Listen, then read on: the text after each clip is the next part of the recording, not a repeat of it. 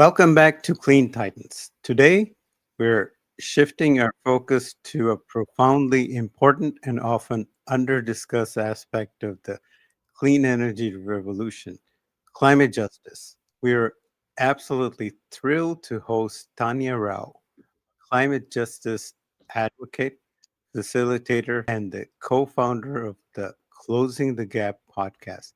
Tanya, thank you so much for joining us. Of course. Thank you for having me. I'm excited to dive in. Tanya, your bio is incredibly inspiring. A climate justice advocate dedicated to ensuring all voices, especially those of marginalized communities, are central to environmental discourse. You're a rising leader, fellow with Justice Outside. You have even given a TEDx talk on how to protect people and the planet. For our audience, could you briefly introduce yourself and the core philosophy that drives your work in climate justice? I can. Thank you for those kind words. I got Well into deserved. Thank you. I got into climate justice when I actually shifted from wildlife conservation towards climate justice. And I touched on it a little bit in the beginning of my TED talk, but essentially I realized that wildlife conservation alone won't save our planet, won't heal the planet, because a lot of times, unfortunately, that field forgets the human aspect. It neglects the fact that you need local communities to buy in, to protect beautiful places, to protect the parks that we want to protect. And I realized there has to be something else that includes the human aspect as well as the environmental and wildlife animal aspect. And I came upon climate justice just through reading online and looking at different articles. And ever since then, I've just been trying to find ways to really spread awareness for it because it can really be embedded into every single aspect of our society, into every sector, every industry. We can have a climate justice lens. And I believe when we do that, when we all shift our mindsets towards that lens, we can then create the world that we want to see, which is the more equitable, regenerative world that will sustain future generations rather than the current world that we're seeing where we are afraid that future generations won't have a livable planet to live on. Well, thank you so much for all your efforts. Your commitment to a just and equitable transition is clear. On Clean Titans, we explore cutting edge solutions, and it's essential to recognize that true innovation extends beyond technology or financial innovation to include the social frameworks and community engagement that makes these solutions effective and sustainable. Today, we'll delve into how climate justice can accelerate and strengthen the clean energy transition.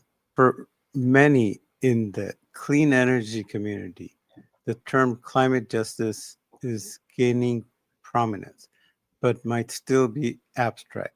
From your perspective, what exactly does climate justice mean in the context of the clean energy transition, and why is it so critical? That's such a good point that it can feel like an abstract concept. And I think in some ways it is because it includes so many different things, but you can also really boil it down to what you're trying to accomplish. So, in this sense, for clean energy, we need to not only implement renewable energy resources and systems around the world to reduce emissions, to stop emitting so many emissions in the first place. Other than that, we also need to change the entire energy system. It's not enough to just change the source of where the energy comes from if we're still propping up and funding corporations that don't care about their workers or don't care about exploiting the planet. You're going to get the same results over and over again because it's that mindset again that is leading to the issues that we are seeing. And so when we think about a clean energy transition, it must include more community buy-in. It must include more worker protections, and it must include more distribution of resources to the local communities rather than foreign companies coming into an area, setting up and taking all the power in that area and then abandoning the site when it's no longer usable. That model is just no longer working for most of us.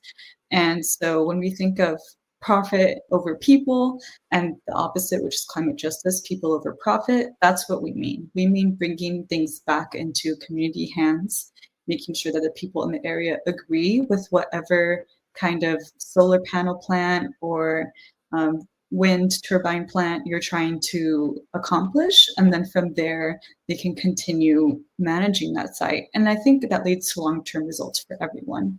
Sometimes I feel like people think, oh, climate justice is just a moral and ethical thing to do. But it's also a more economical thing to do, because why are we letting companies just come into an area, exploit the land, and then leave that area?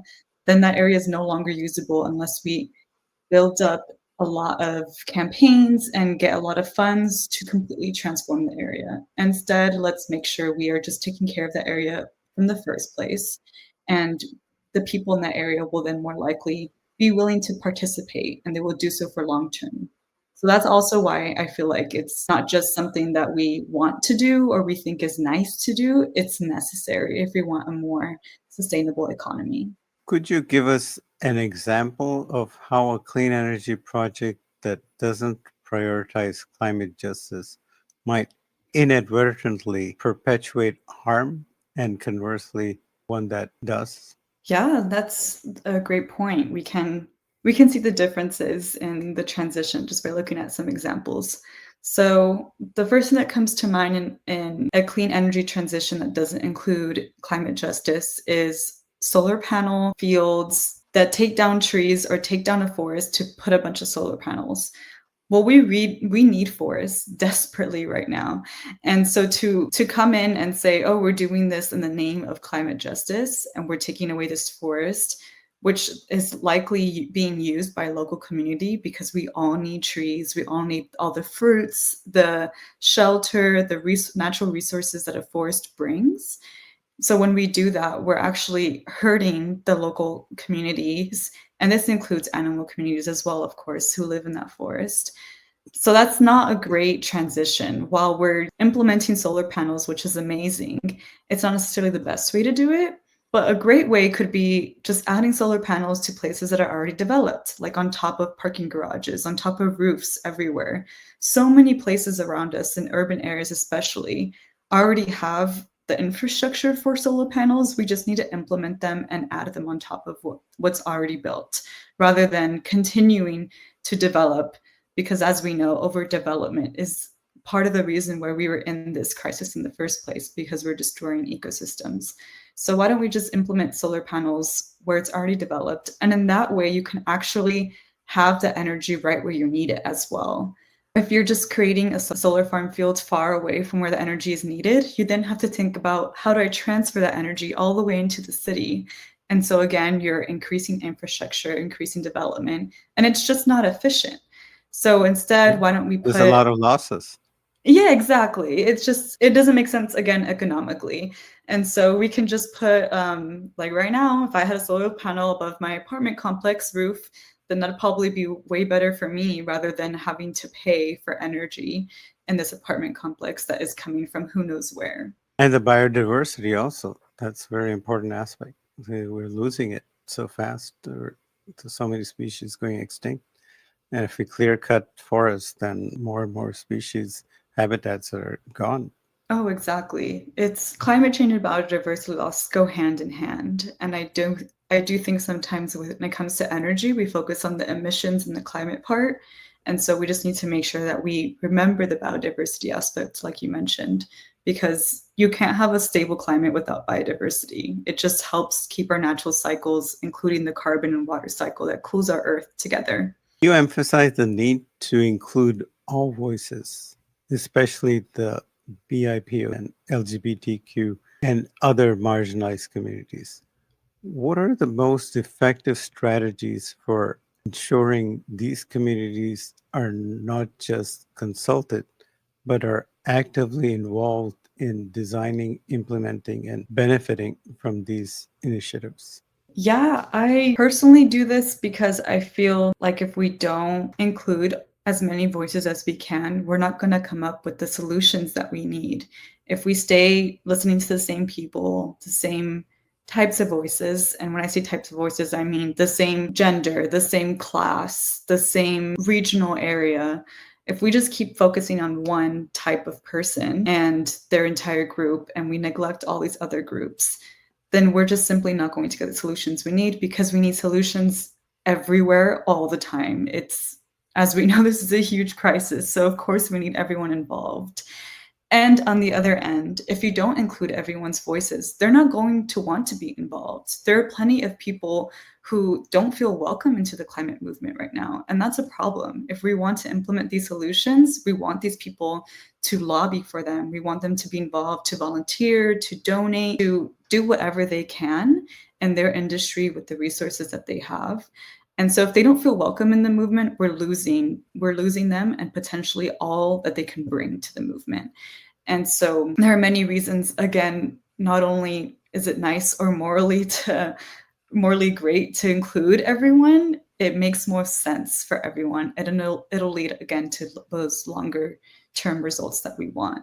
So that's why I personally think it's best to include as many voices as we can. And the way I do it is by amplifying their voices in the first place. There are plenty of great activists, organizations that are led by people of color or by LGBTQIA2S+, who are already doing the work. So just share their stories.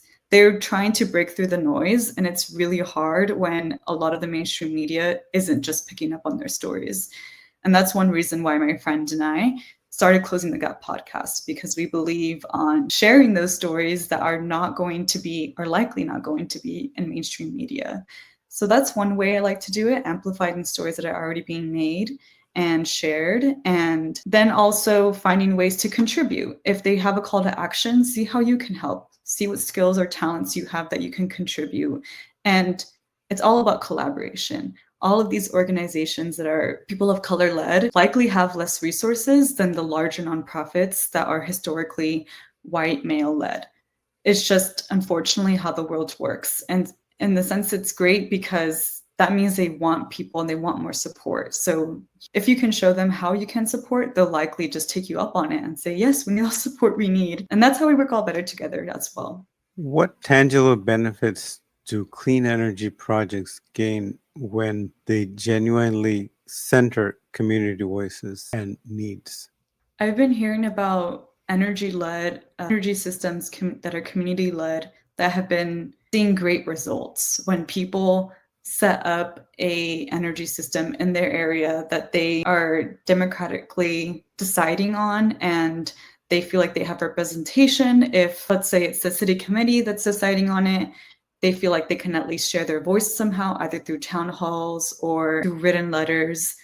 If they feel really heard and represented, or if they're the ones themselves that are leading it, they actually create it in a way that is more, it makes more sense for the area. Every city, every region, every state, every country needs new energy systems, but the way we implement them is going to change depending where you are and the cultural context or the practical context.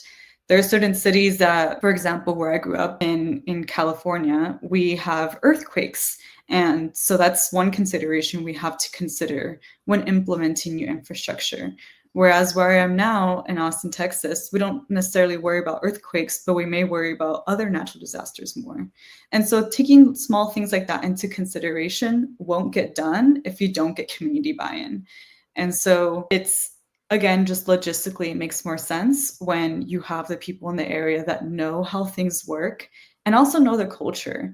Maybe some places prefer rooftop gardens over rooftop solar panels. Okay, then think, where can we put the solar panels if we don't want them on people's homes? Maybe there's a community center that can house all of the solar panels that you need, and then you distribute.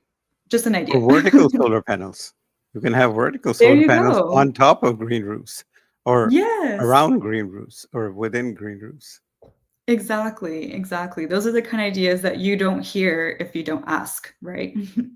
Or community ownership, if you participate and you owned a small piece of a community solar project, then that would make a greater connection.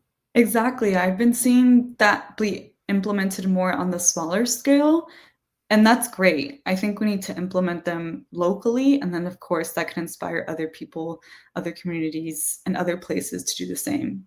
As a climate justice advocate and facilitator, you bring communities and push for systemic change. What does this bridging look like in practice when it comes to multiple different types of clean energy initiatives?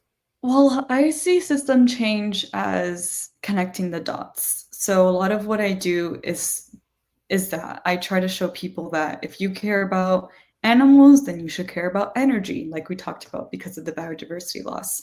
Or if you care about energy, then you should care about climate.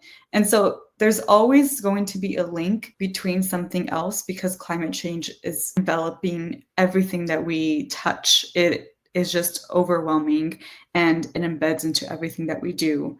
And that can feel like a lot to take on, but also I see it as many opportunities. No matter what you're interested in, you're going to find a link back to system change and back to climate justice. And so when I facilitate workshops or give presentations, that's mostly what I do. Depending on the audience, for example, recently I gave a presentation to a gardening audience. And so I talked to them about native plants and how that's important to consider when it comes to biodiversity, because we don't want to plant just any plant in an area. If bees in that area are reliant on a certain type of flower, we should be planting that flower to protect those bees. So that's one example of trying to connect them to whatever their interest is to something greater, to an action they can take to support the climate justice movement. And I believe everyone everywhere, if they realize those dots, if they realize those links, they would be involved in what we're doing because, again, it just touches everything that we do. Absolutely. Yeah. If you plant the right plants for bees and butterflies, then that can help fertilize all the fruits and vegetables you like to eat, right? Exactly. Yeah, if you eat food, then you should probably care about pollinators. Right.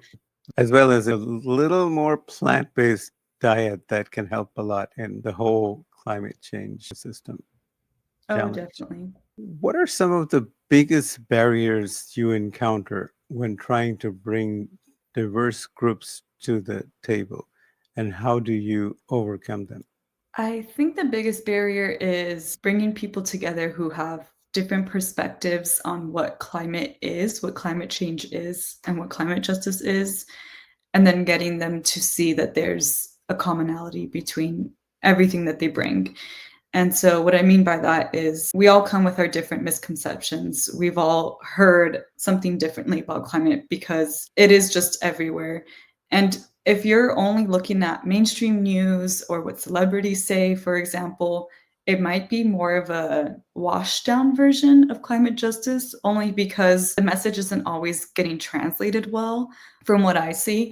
I'm in the movement, so my whole social media feeds, everyone I work with is very involved, and when we talk to other people who are not as involved, they still don't understand certain links that are to us very obvious. And I don't think that's because they're not smart or they just don't know or they don't understand. I think it's because there are governments and institutions and media systems that are purposefully only choosing to share certain stories.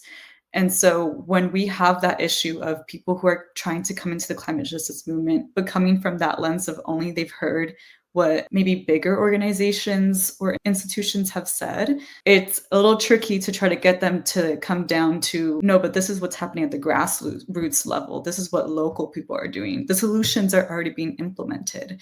But a lot of people don't know that. A lot of people think, oh, we are going to eventually work on climate. And I have to keep reminding people, no, we've been working on climate. We, as in people who are taking action, are already here. We need you to join us. But they just keep telling you that things aren't working out, that it's getting worse, and that's all you hear. Then, of course, you come in thinking, like, what can I do? And no matter what I do, it's not enough.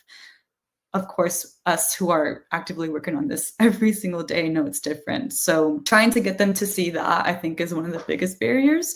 And it's an important one that we have to overcome, again, if we want everyone to join the movement, which we do. Yes, the exposure and Nowadays, we even have so much misinformation.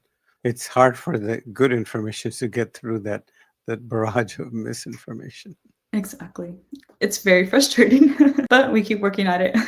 That's why it's important what you're doing, and these kinds of efforts. Your work with Sustainable Harvest International touches on sustainable farming practices. While not directly clean energy, it speaks to community-led solutions. How can the principles learned from community-led ecological restoration, like restoring soil health and biodiversity, be applied to community led clean energy projects such as local solar initiatives and other energy efficiency programs? Yeah, so that's the basis of our model at SHI is Sustainable Harvest International is SHI is short for that. The model is working in the area of where we want to be, in the sense that our field trainers are from that area. They know the culture well, they know the context well, they know the ecosystems well. And so, with that knowledge, they are best equipped to give advice and technical assistance to the farmers we serve. And that model has really showed me how community led solutions is about partnership. We always say we partner with these farmers, not any other words that make it seem like we're above and they're below. It's definitely a side by side partnership where we collaborate, because these farmers are already farmers when they join our program. It's not like they're learning to farm. And so they're already bringing a lot of expertise. All we're doing is showing them a different way to farm that's more sustainable, that has less chemicals, and that restores the ecosystems around them. And they adopt those techniques to then restore those mountainsides, those forests, and that actually leads to more abundant harvests for them. So there's a lot of benefits that come with these partnerships because it's so effective and it's built on trust. That is the biggest thing I think that works well with community-led solutions. Our field trainers build relationships with these farmers. They don't just come in and say, hey, we think you should adopt this practice and we know best. From the beginning, it's very clear that they want to be a partner with them. And once the farmers know that, they kind of warm up to the field trainers, because at first, a lot of farmers may think, oh, well, I already know how to farm, I don't need you, or are you really trying to help me? And it's fair to be skeptical, because sometimes there are other organizations or governmental agencies, or unfortunately companies that come in and offer help, but they may just help a little bit and then leave, and then the farmers are kind of left on their own all over again. Whereas we stay for years to make sure they really understand these techniques before we say they graduate from the program, and that's when they go on their own. So it's trust takes time. I saw a quote the other day. I don't know who said it, but the quote is, we move at the speed of trust. And it has really stuck with me since then, because I think that's the biggest foundation you can have for community-led solutions. Absolutely. And farmers tend to be conservative, but they don't like to change how they do things. The last person I interviewed, you might see his interview on the channel, is in California. He's trying to bring small electric tractors to community farms, so you can do away with all those big, huge diesel tractors and all the pollution. And if you have your own solar on the farm, then you can just charge them or run them off of the solar directly. So you don't have to bring in any outside implements. And it's zero emission and zero maintenance. So no maintenance, no wasted time, and less effort. Wow, I love that. I've never heard of that. But You yes, can I check it can see out. it could be a hurdle. Yeah. I will. What are some specific models or examples of successful community owned or community benefiting clean energy projects you've encountered that truly embody climate justice? Yeah, the ones I can think of are ones we touched on already a little bit, and I have to find exactly where they are. I believe it was in the southern US. I don't exactly remember what state though, but if I find it, I will send it your way.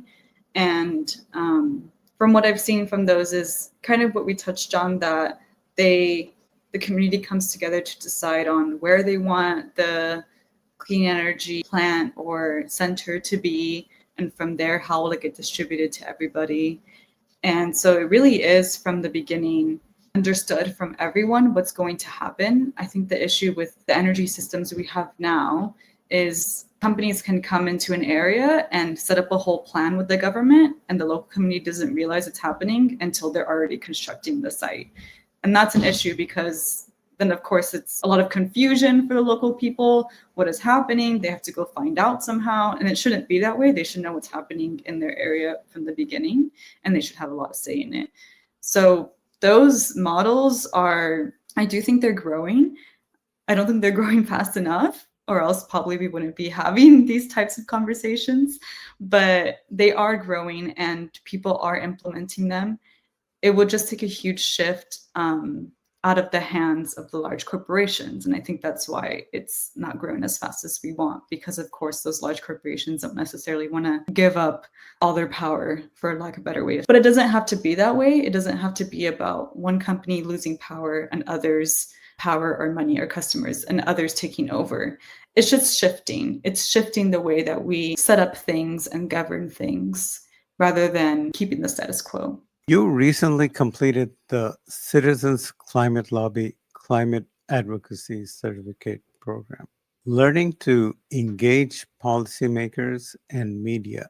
What are the key leverage points for advocating for policies that integrate climate justice principles, especially in the face of potential political headwinds?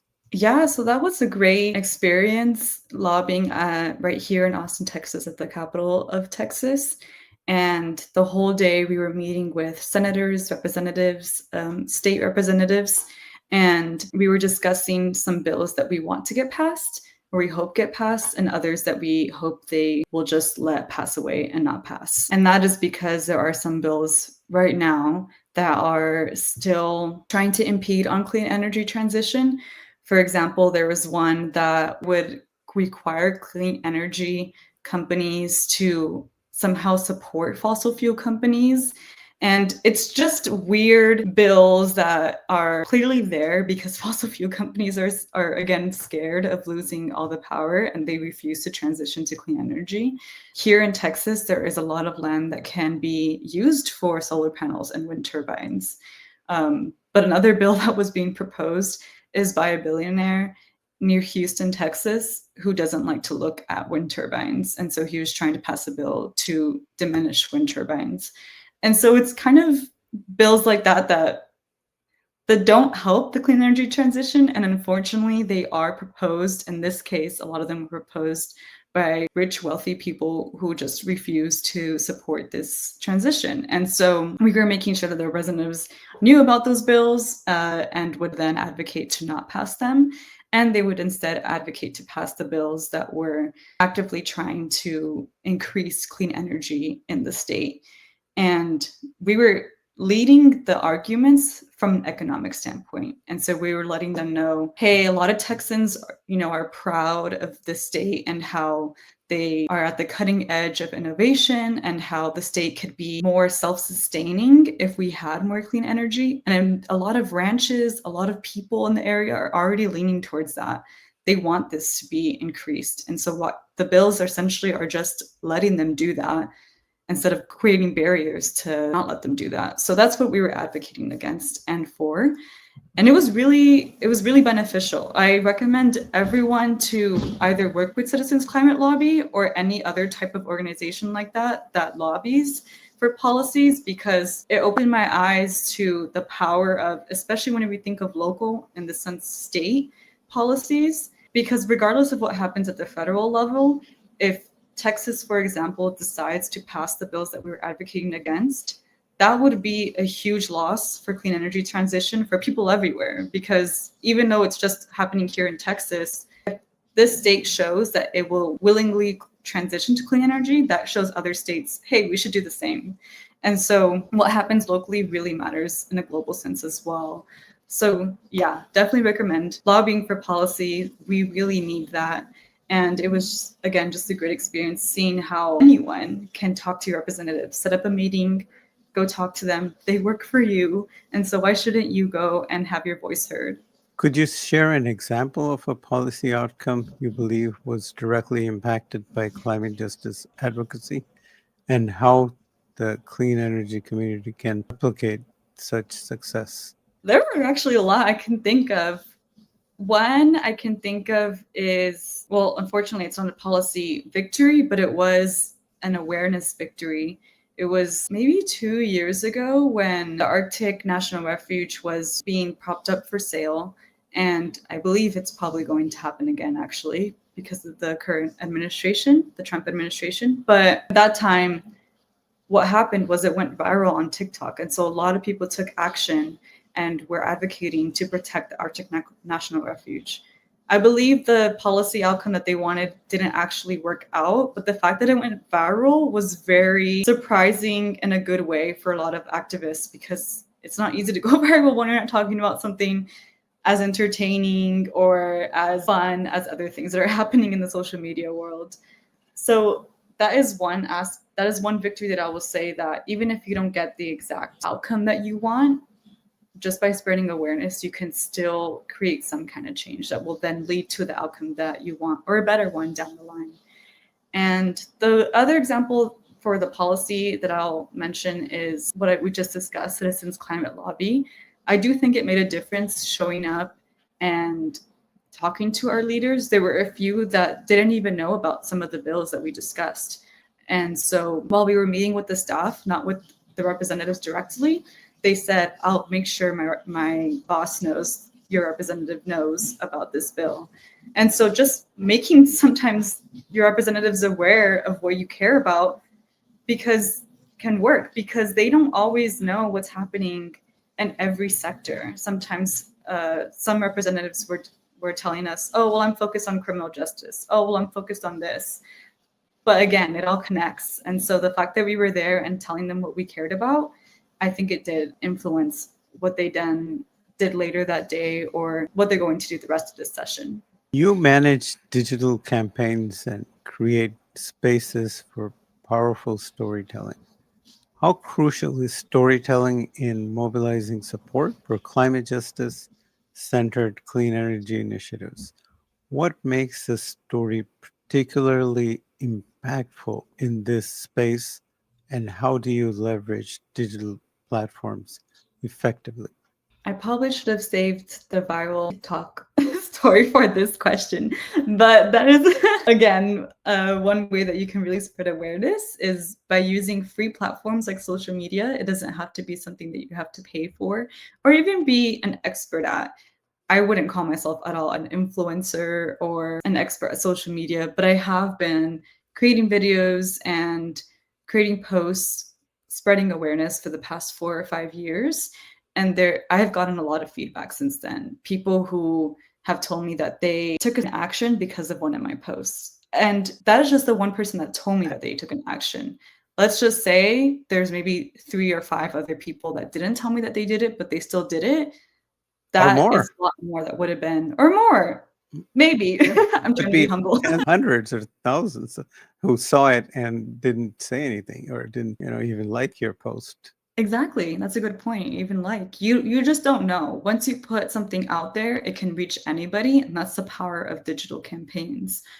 And so the way I use them is, again, amplifying campaigns that are already out there, especially because, one, why reinvent a campaign that's already out there? Just support it. That way it's less work on you.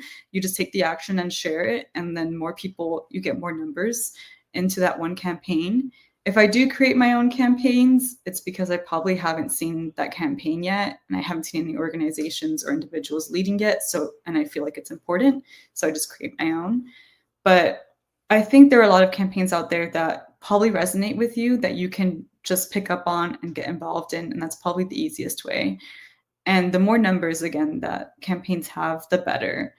I have worked with a lot of petitions, not only signing them, but creating them as well. And I have seen the difference in when you present these petitions to the target audience, either a certain government agency or a certain institution. I have seen the difference in their responses when the petition has a lot more signatures. So numbers really do matter. And one other thing I'll mention is an easy way to get involved and to take action digitally is to contact your representatives. I cannot emphasize that enough. If you don't have time to go to the Capitol in person to talk to your representatives, that's okay. You don't have to. You can email them, you can call them anytime you want. Leave a voicemail if it's in the evening when you have time, that's fine. They have to listen to everything. They have to read every email because they have to know what the constituents want from them. So that is just a really quick way that you can do so. And there are a lot of campaigns that have scripts for you, so you don't have to think about, oh, well, what will I say if they answer? Or what will I email them? What will I type? You can just look at campaigns that are already out there or mimic them and create your own email, and that shouldn't take too long. What role does Closing the Gap podcast play in this storytelling? And how do you select the topics and voices to feature that resonate most with your climate justice mission? Closing the Gap podcast is all about storytelling and healing and inspiring action. That's why we started the podcast. So it is very much founded upon the idea that if we share these stories and we share what you can do after you hear these stories, then we'll probably increase the amount of people taking action. And what we mean by storytelling is going back to in the beginning, how I mentioned how a lot of these stories or a lot of these people's work that is incredible and necessary work is just not getting told about enough. It's not, people don't know about it because maybe these people aren't famous. Maybe this work is just, again, not as entertaining or fun as other things that are being written about in greater big news outlets, but they are so important. And people don't realize that if other people are already working on this, you can do the same. And so that's the power of storytelling as well. If we have a host or if we have a guest, that is talking about, for example, one that we had recently was someone talking about climate justice and how it relates. They were based in Brazil, Carol Viena, and how her being in Brazil, climate justice looks differently, but also how it can then embed into the climate justice movement globally. That was a great way for people who are other places outside of Brazil to realize how they can then support people in Brazil. And so it was a great way to show that there are people all around the world that are worried about the same things you are, and they are doing something about it. And so why can't you, no matter where you are, do something else about it as well? So that's the power of storytelling for me. It shows others that you can, that you have agency, that you have the resources that you need. All you need to decide is how to use them and where to put them to, and you'll probably create magic. And that's what we need right now. Excellent. Yeah, even a electric bus can help everybody's environment in the low income or marginalized community. There are so many solutions out there. It's amazing. I learn about a new solution every day and I love it. As a Rising Leaders Fellow with Justice Outside, you discuss decolonization and anti racism in environmental justice. How do these concepts directly inform the design and implementation of equitable clean energy solutions, particularly when working in diverse communities or internationally? Yeah, I've loved the workshops in my fellowship. We've looked through case studies and different scenarios that are realistic and that have happened in the past of organizations trying to do something that they think is benefiting the local community, but doing it in a way that actually doesn't benefit the local community, unfortunately. For example, one scenario was of an organization. It wasn't real. It was just us working through a possible scenario of an organization setting up a beach cleanup and then going to an area and then saying, we're going to clean up this beach. It's very dirty. Come get involved. But the way they were messaging the campaign, it actually made it seem like the people in that area were dirty or weren't necessarily environmentalists and it's their fault for trashing the beach, even though it isn't always their fault. And sometimes it could be tourists coming to the beach, trashing the beach, and they weren't getting blamed for it. So essentially, we worked through that scenario and decided, oh, okay, this campaign could have been better if they changed their messaging, if they made sure that the local community had input and they could also be part of the cleanup and wanted to be part of the cleanup. That way you get more people involved and you're doing it in a way that shows that the local people care about this beach. And it isn't just on them to take care of it, it's also on all of us to reduce our plastic consumption, to not just go to different areas and leave them however we want, but to actually take care of them. So while this example is not necessarily tied to clean energy, it was just a way for us in the fellowship to work through different scenarios, and we worked through a few more. But the principle can be applied to all of them. If you are trying to start a campaign or a project, just make sure that you're talking to the people who are going to be affected the most first. They should be consulted, they should be included, and they should ideally lead the project as well. And that way, again, we go back to the idea of partnership, because it also makes things easier for you. Why would you want to be the only one that's organizing all of these things? It's just a lot of work. But if you have someone who knows the area, who can get more people involved because they already built trust in that area and relationships, it just makes it better and easier for everyone. What concrete steps can clean energy businesses and organizations take to integrate decolonial and anti-racist practices into their operations and projects? Yeah, so super important. For the decolonial aspect, it's going beyond land acknowledgement. And that's something we talk about in the fellowship a lot, actually. Land acknowledgement is great. You should know what native land you're on all the time and know how the people in that area are still stewarding the land, even though they're not always recognized for it, which is unfortunate and it's not how it should be. So, one, it's not only acknowledging that, but then going a step further, seeing if they are working to get their land back. They probably are. How can you support that? Because that's not only in their interest, but in yours as well. There was a statistic, I believe, by the United Nations. I've seen it so many times over the last year. And the statistic is that 80% of the world's biodiversity is on indigenous lands. And that's not a coincidence. Indigenous people care about the places that they live in because they've been living in those places for generations for a long time. And so, of course, they know how to steward the land. And so when we talk about decolonialism, we're talking about giving that land back so they can practice their cultures on the lands that they know well. And that benefits all of us. I know land back sometimes can seem confusing. People think, oh, well, I have a house on this land. Does that mean I have to give up my house? It's not as forward as you have to physically give them your land unless you want to. Sometimes it's also supporting their initiatives. It's also making sure that they have the recreational spaces they want or the sacred spaces they want. Because a lot of times Indigenous peoples have just been pushed out, like to make the national parks that we know and love. They were physically pushed out so we could protect those parks. And that's not how you protect people on planet. So that's one aspect of decolonialism. When it comes to anti-racism, it's essentially the same, but for other communities, in the sense that make sure that you also include them. If you're going to work in an area doing a cleanup or setting up a clean energy plant, and you know that that area is mostly Black or mostly brown or mostly LGBTQIA+, then talk to them first and bring them into in the mix in whatever way works for them. Something we talk about a lot in the fellowship is you can't always have, let's say, town halls in the middle of the day and expect everyone to get involved. What about all the people that are working? What about all the people that have kids? They can't just show up to your town hall. And if they can't show up to your town hall and they don't get their voices heard, then you miss out on their great ideas.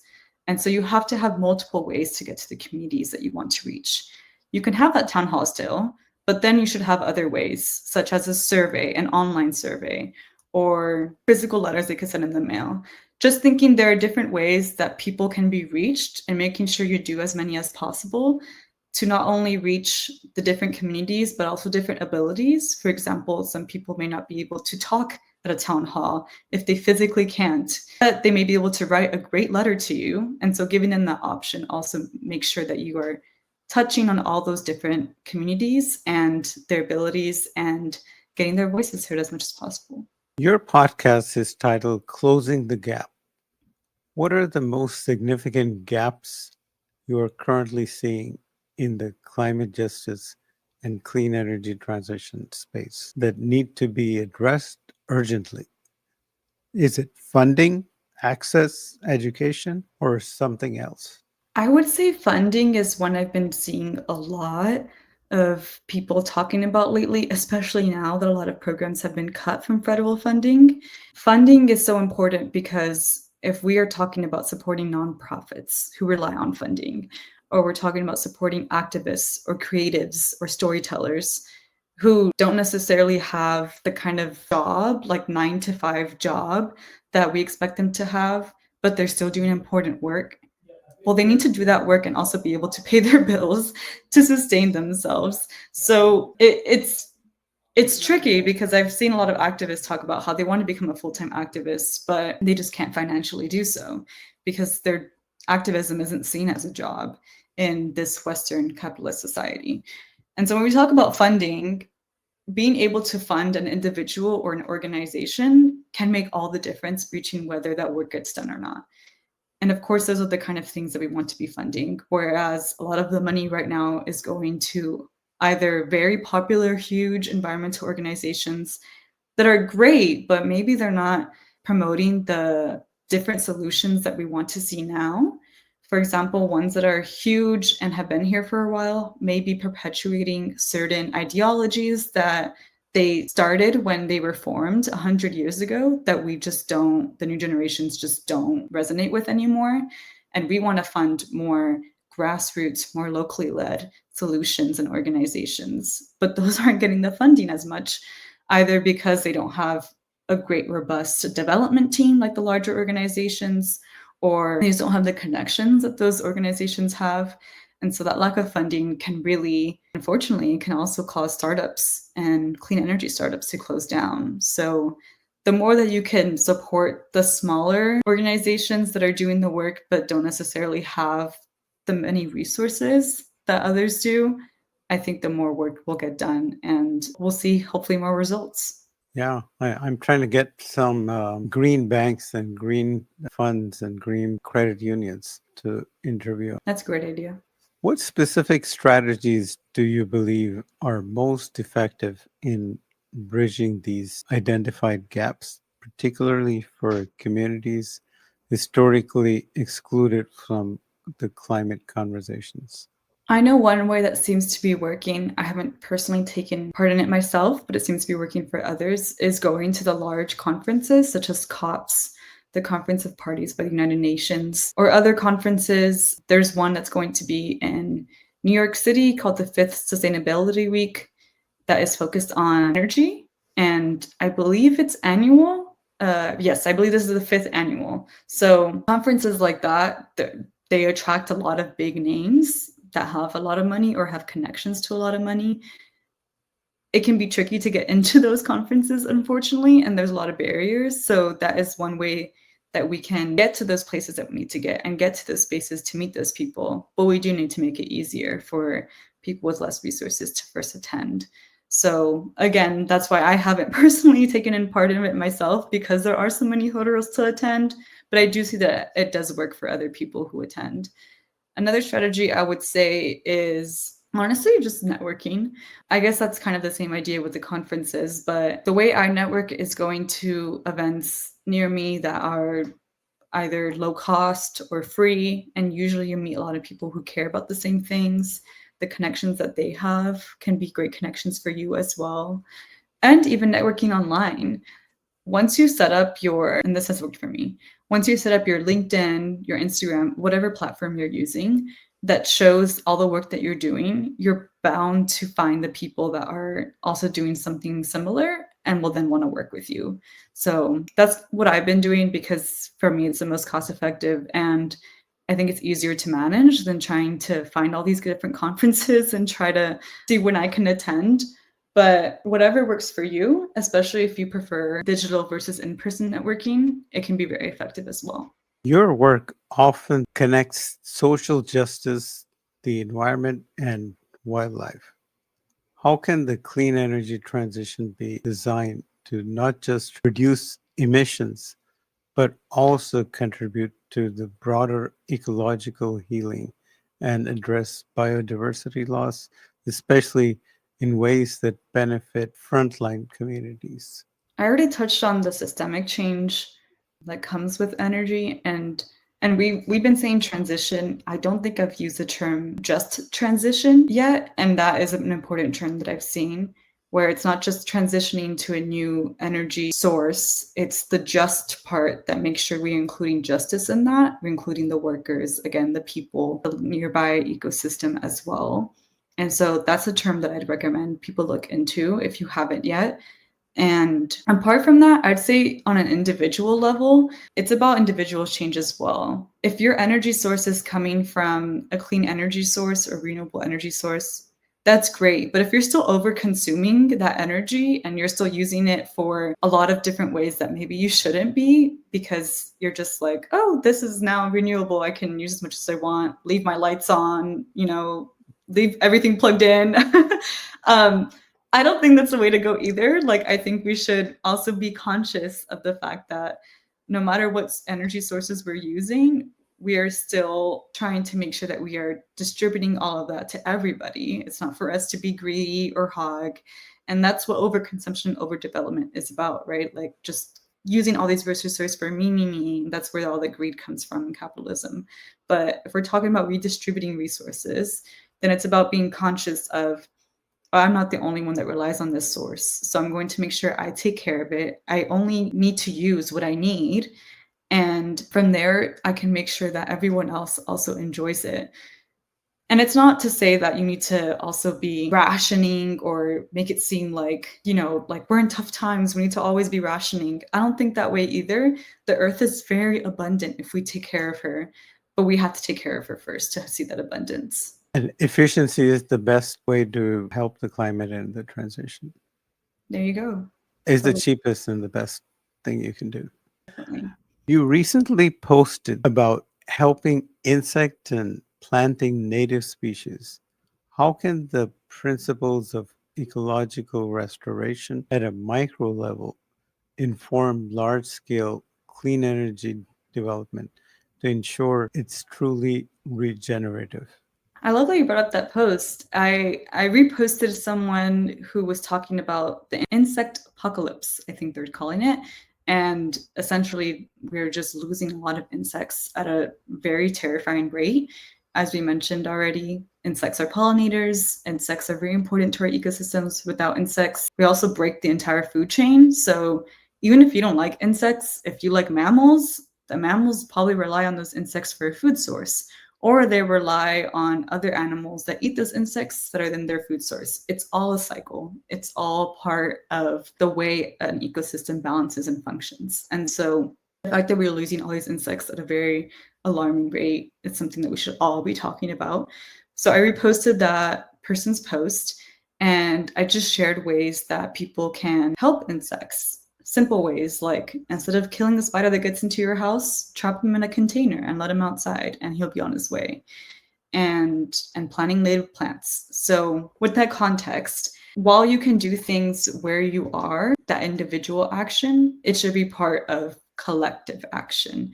What I do in my house to save insects is great, but it's not really going to matter, unfortunately, in the grand scheme of things, if we're still killing insects at that very alarming, horrifying rate. And so that's where the system and collective action go hand in hand with the individual action. And one way that we can look at how not only to protect insects, but protect ecosystems worldwide is to look at the ways that we are living in and around them. One thing I talk about a lot is ego versus echo. Ego is the way that we put everything on a hierarchy. Either that's people between people, such as white males are up top and everyone else is somewhere below in the Western society, or if it's between people and other species, such as people being up top and then let's say dogs, and then after that, maybe wildlife mammals like bears, and then insects are all the way at the bottom. But that ego pyramid isn't working for us. That's what's causing us to say, oh, these lives that are below me matter less, so it doesn't matter if I exploit them.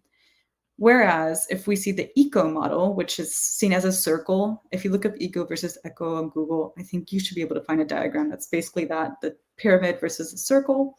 I also show it in my TED Talk, but the eco model shows that everyone has a role in that circle.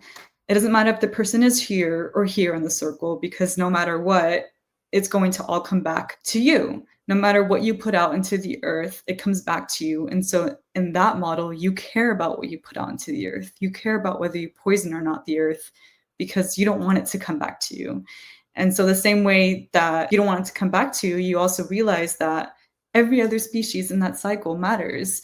And if you take one out, the cycle is broken.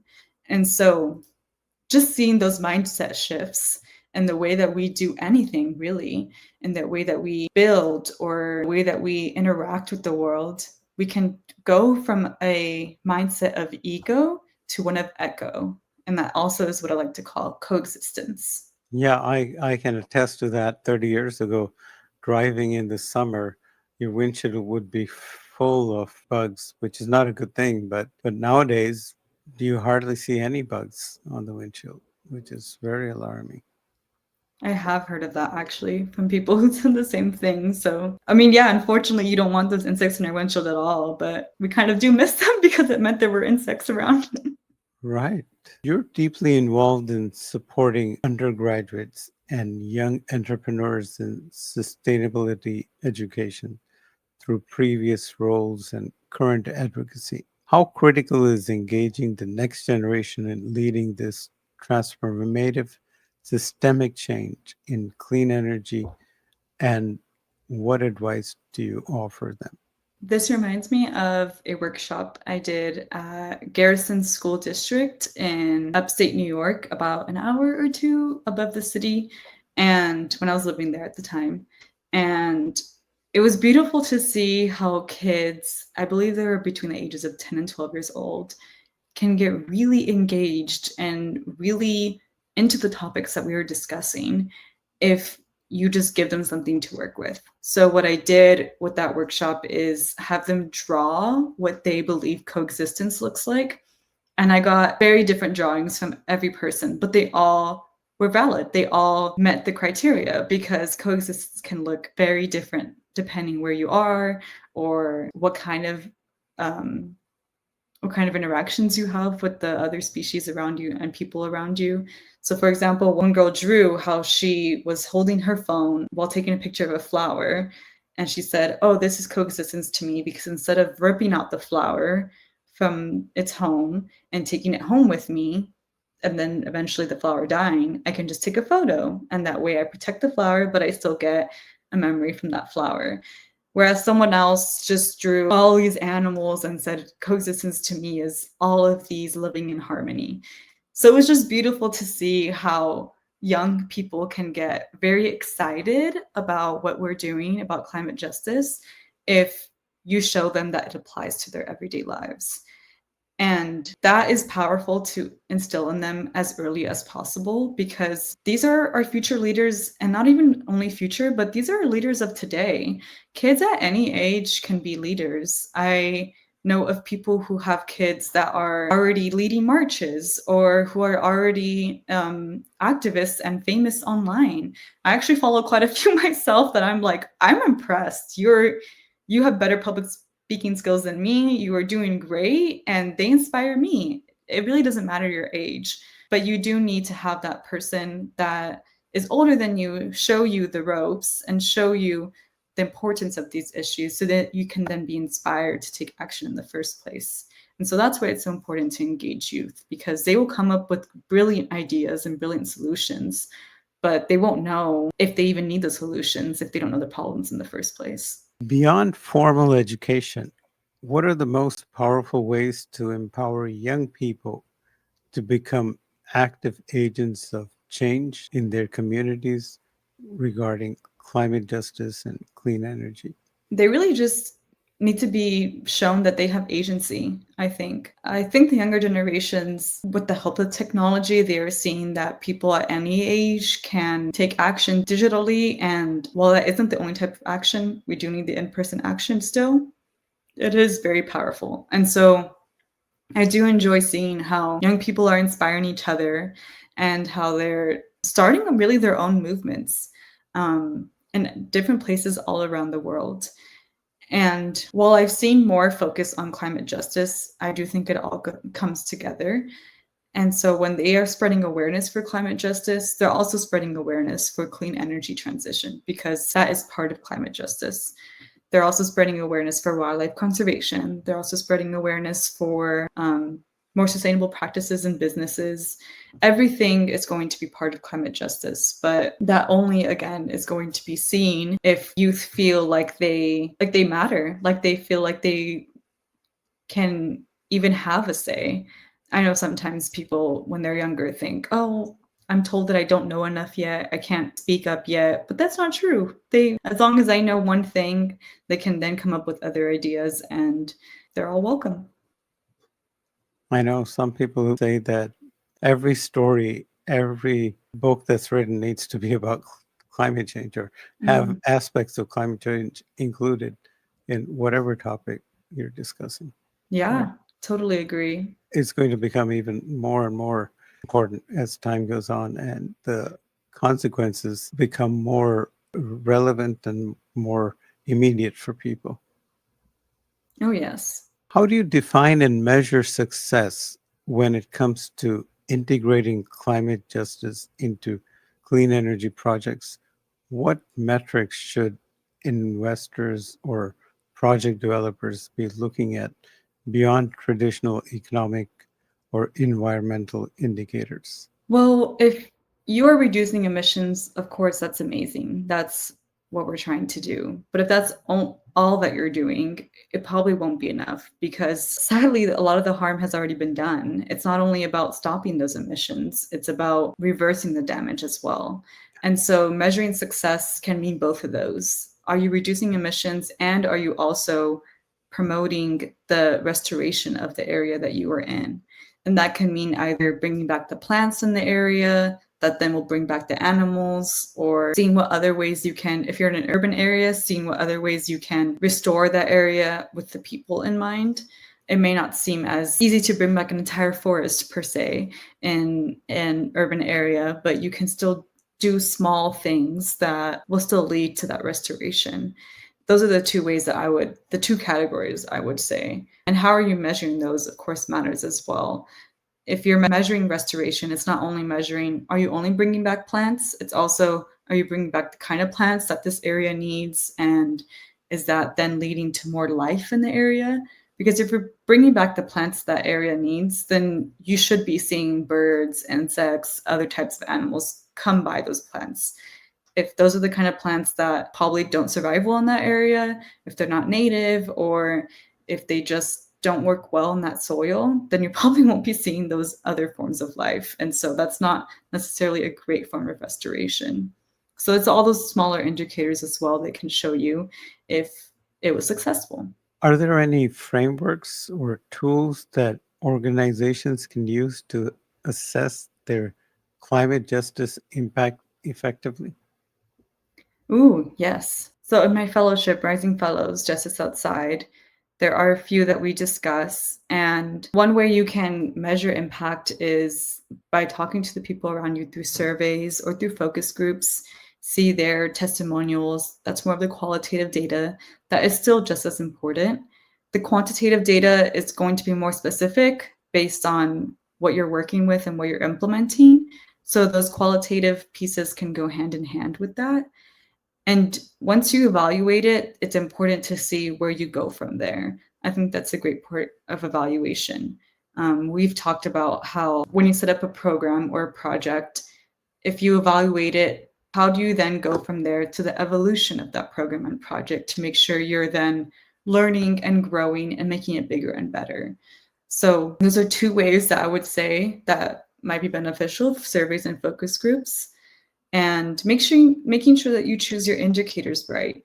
Are your indicators demonstrating the profound impact that you're having?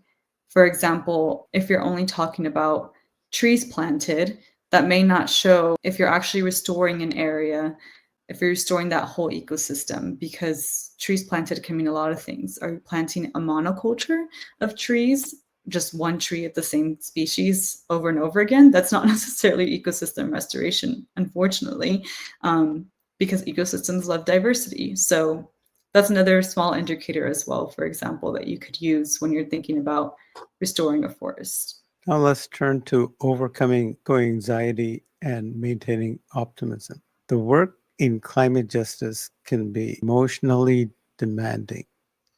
How do you maintain your optimism in the face of immense challenges, especially when advocating for often overlooked communities?